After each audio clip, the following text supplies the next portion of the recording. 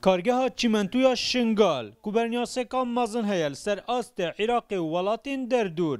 دهرشا شنگال دا سرارای کو داعش جه خلی قایم کربو لهر نشیان خورا گرنو کفتت بن کنترولا هزین پیشمرگی دا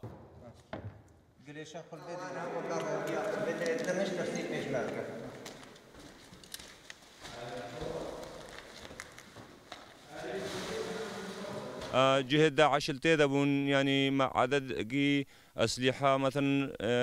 بجامنة سي رشاشة كلاشينكوف ما تيدا ديتن چاربي كيسي ما تيدا ديتن سي هاون ما تيدا ديتن همر كوان ما تيدا اخسير كرو ما آني همر نهانيا البامن اشي يعني هنك أرض كولابون الداخل محمل ده كطياري جي ليدابو أو أرضو موجودة جي نهانيا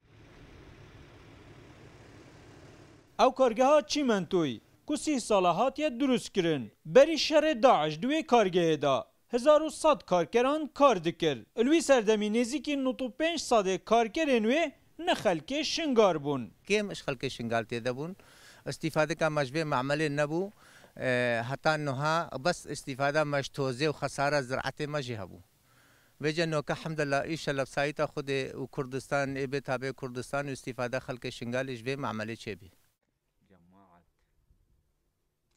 بسد ماهرشا داعش جبلی خانین ولاتیان لشنگال تنه لآواهین میری هفتش ساده هاتین خراب کرن کارگاه شنگال درولکی مازن هبید لدوباره آوا کرنا و دوره معاملات شمنتو يا محافظنا إنه همو سرت شغلي